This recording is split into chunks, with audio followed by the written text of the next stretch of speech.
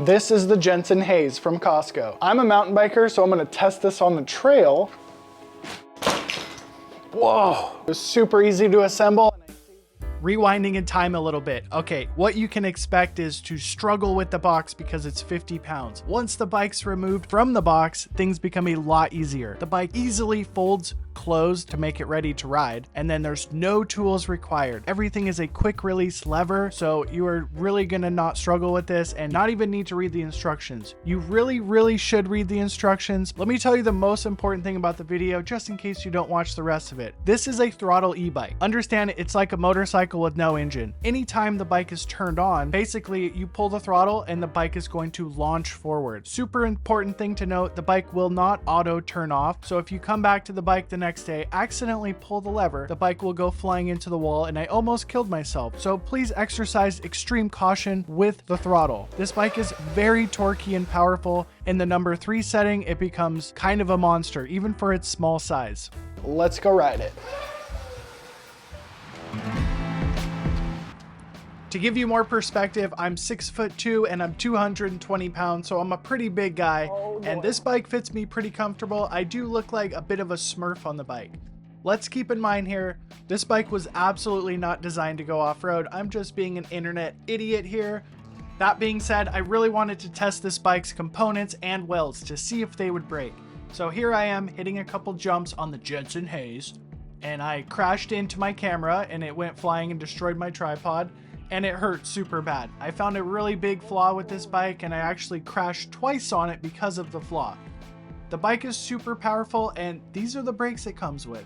These are cable actuated, not super powerful brakes.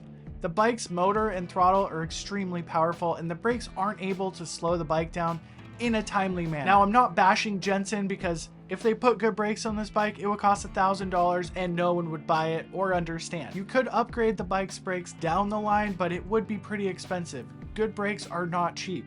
Just keep in mind to be super careful with the small brakes and not go too fast on this bike. After my hard lessons were learned, I continued my off-road torture test for the Jetson HAZE. This is a pretty rough track and the bike just feels pretty solid, to be honest. I was kind of shocked. I was expecting the long stem and handlebar to fall apart during my torture test, but everything seemed to hold up great. If you're not familiar with bicycles, the smaller the wheels, the smaller the bike, typically the more strong they are. Don't expect the Jetson HAZE to be your off-road vehicle. It's gonna fall apart. It's not designed to go off-road. But I can tell you from a full day of pounding this bike off-road, the welds held up and the components lasted. I was pretty impressed for its affordable price tag. Now let's talk about the electronics, because this is an e-bike and they're very important. I'm very happy to see aftermarket batteries available for the Jetson HAZE. The reviews aren't great, right? But at least Jetson's responding. They're a solid company. They are trying to serve their customers, even though some of them aren't happy. Understand, when you buy cheap stuff, it's not going to be the best quality. My electric mountain bike battery costs $1,000, and of course it doesn't have problems. Now this is the genuine original battery for the Jetson HAZE. It's a 48 volt 7.5 amp. If we times those two numbers, we get 380 amp hours, which is on the smaller side for e-bikes, but it's plenty of range to get a lot of miles on the bike. You can upgrade the battery down the line. It seems like a universal fit. The motor is rated at 350 watts maximum power. Now, if we convert that to Newton meters, we get 60 Newton meters, which is kind of on the slower side or the weaker side. But understand, this bike has super tiny wheels and they accelerate extremely quick. And honestly, I thought the bike was super powerful. So I'm not sure if 60 Newton meters is the correct answer. 85 Newton meters is like the normal for mountain bikes, and they don't feel as strong as this. Okay, I spent all week riding the Jetson HAZE around trying to test the full range of the battery. Understand, the range test can have to do with about 10,000 different variables. It's very cold outside and batteries are always going to give less range when it's cold. I was able to achieve about 10 or 12 miles, which is pretty impressive for a sub 400 watt battery. Now, the execution, the fit and finish of the electrical system is pretty impressive. The Jetson HAZE features a rear hub drive, so basically the motor's inside of the rear wheel. These motors can have a little bit of a delay from the time you ask for the power with the throttle until it gets to the rear wheel. It has a huge front chainring, so you can go pretty fast. A nice little bump stop here to protect the bike and all the electrical components. Nice touch with the wires. We have a little old school phone cord around them to protect them. Now, I wouldn't trust this bike in full rain. I don't think it's going to be fully waterproof. I think the main selling point of the Jetson HAZE is its small price tag and its small size. In less than 5 minutes, the bike folds up into a very compact design that can be stored in closets, cars, anywhere that has a tight space. E-bikes can be very complicated and expensive with heavy-duty bike racks and storage needs and everything else. This bike is pretty awesome in its full fold-up configuration. Now, carrying the bike in the fully folded position is pretty easy because the mass is very small. Carrying it into this Toyota Prius, let's test the capabilities of that folding mechanism. With the bike fully folded up, there's plenty of room inside this Toyota Prius. I suspect this bike would fit inside the trunk of many cars, but if you have a hatchback, you're fully in the green. Now, loading is one thing. Let's talk about the hard part about e-bikes. Now, trying to deadlift 50 pounds out of a car, that's another story. It was a little bit challenging, so just keep in mind if you're not able to pick up 50 pounds, you may not be able to transport this in your car.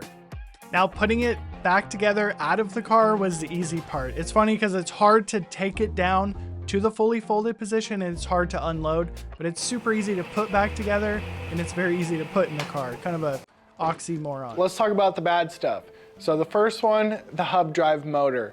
350 watts, super powerful motor. It's a good thing and it's a bad thing. It's a little bit dangerous because it's so powerful and these little wheels, the bike can just go woo. But on the other end of the spectrum, I usually complain because the motor's not strong enough, so I'd much prefer the strong motor and just be a little bit extra careful with it. The brakes are a little bit too weak in my opinion. I guess they're okay for its intended purpose as a low-speed commuter, but I would like to see hydraulic disc brakes. The one good thing is the brakes have a wire in them up there and they will cut the motor off if you squeeze hard enough, but if you don't squeeze hard enough, it does not shut the motor off. I could foresee some short people having problems with this bike with the seat clearance, but all you would need to do is pop this out and cut this and you would have like kid-size standover. That would be a really easy fix. Now, the box says it has a rear shock. There's kind of a can looking thing on the back here. I didn't notice it working. So if you're a tall person, this seat post would support Michael Jordan, and the folding mechanism that holds on the handlebar is also super tall. Shorter people may struggle a little bit with this bike, but there's so much flexibility, I doubt you're gonna have problems. Very impressive built-in mud guards. Components are pretty decent for the price tag. I'm not complaining. Going to the back, we have this integrated lock on the disc brake to prevent people from stealing. The bike also needs keys to start. I personally find keys super annoying on e-bikes because I usually just lose them, but you may really appreciate them.